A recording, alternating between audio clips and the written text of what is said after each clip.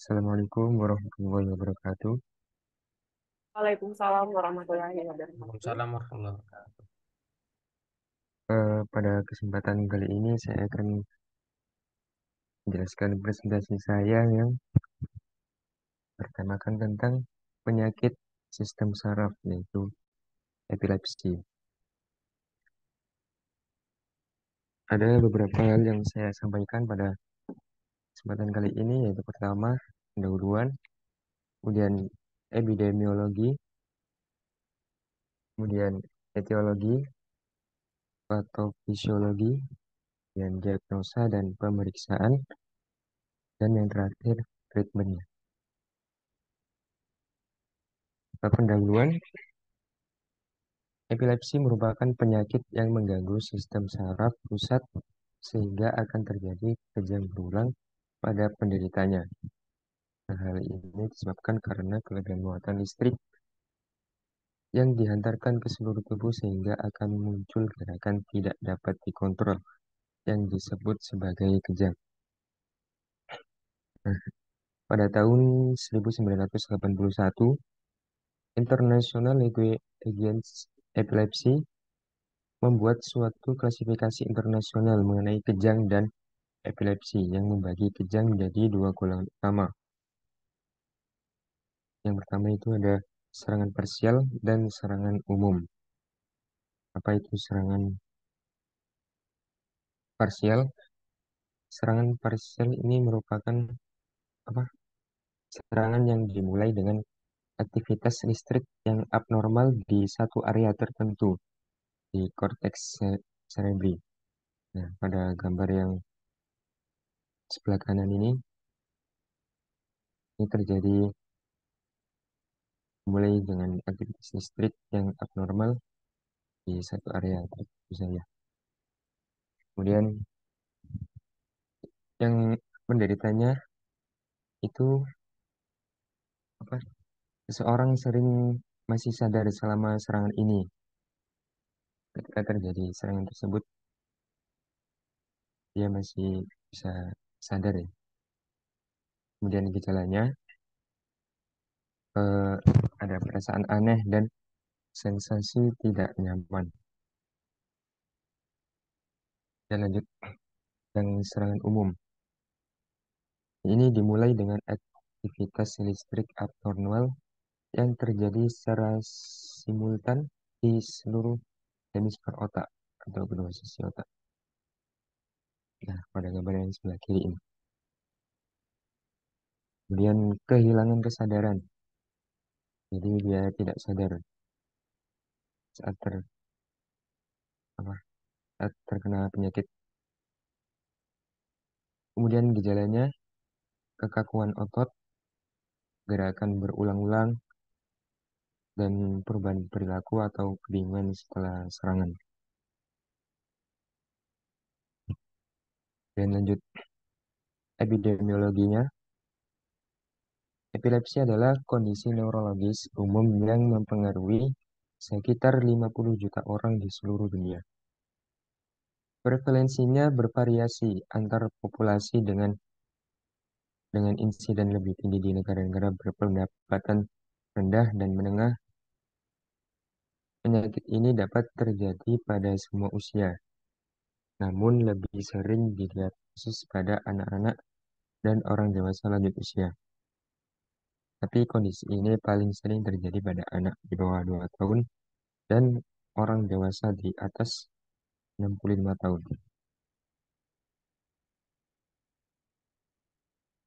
Lanjut ke etiologinya. Epilepsi dapat dimulai diidap pada usia kapan saja. Yang saya jelaskan tadi, umumnya kondisi ini terjadi sejak masa kanak-kanak. Berdasarkan penyebabnya, epilepsi itu dibagi menjadi dua, yaitu epilepsi idiopatik dan epilepsi simptomatik. Epilepsi idiopatik ini disebut juga dengan epilepsi primer. Ini merupakan jenis epilepsi yang penyebabnya tidak diketahui. Sejumlah ahli menduga bahwa kondisi ini disebabkan oleh faktor genetik atau keturunannya. Kemudian epilepsi simptomatik ini disebut juga epilepsi sekunder. Ini merupakan jenis epilepsi yang penyebabnya bisa diketahui. Sejumlah faktor seperti luka berat di kepala, tumor otak, dan stroke diduga bisa menyebabkan epilepsi sekunder.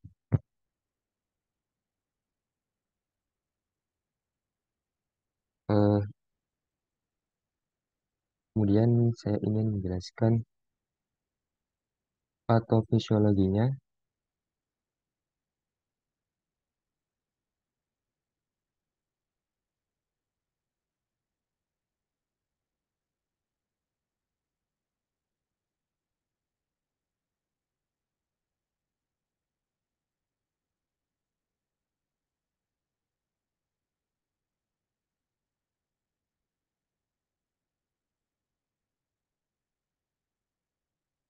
Nah, eh,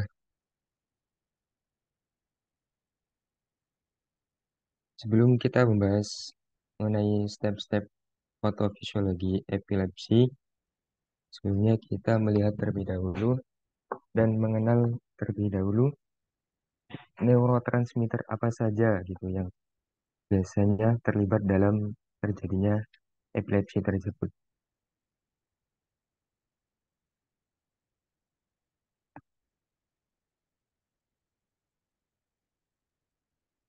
Nah, sebelum ini kita akan mengetahui atau mengenal terlebih dahulu keadaan sel saraf bila dalam keadaan normal dan nantinya keadaan sel saraf seperti apabila kondisi kejang atau epilepsi itu berlangsung. Nah, pada kondisi normal itu yang berperan dalam aksi potensial atau yang berperan untuk menjalankan aktivitas sel saraf kita itu adalah ada yang namanya neurotransmitter inhibitory dan juga neurotransmitter excitatory.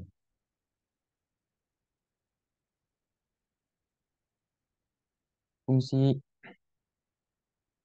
dalam keadaan normal, jadi ketika sel saraf kita perlu beristirahat atau ketika sel saraf sedang tidak ingin bekerja misalnya, dan ini misalnya saja pada orang yang tidur, nah itu yang neurotransmitter yang bekerja di dalam sel saraf itu adalah neurotransmitter seperti GABA dan dopamin.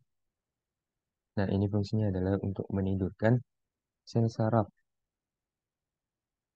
Nah, di sisi lain, ketika nantinya kita sudah bangun dari tidur, kemudian ingin beraktivitas, nah otak itu nanti akan meneruskan ke sel saraf.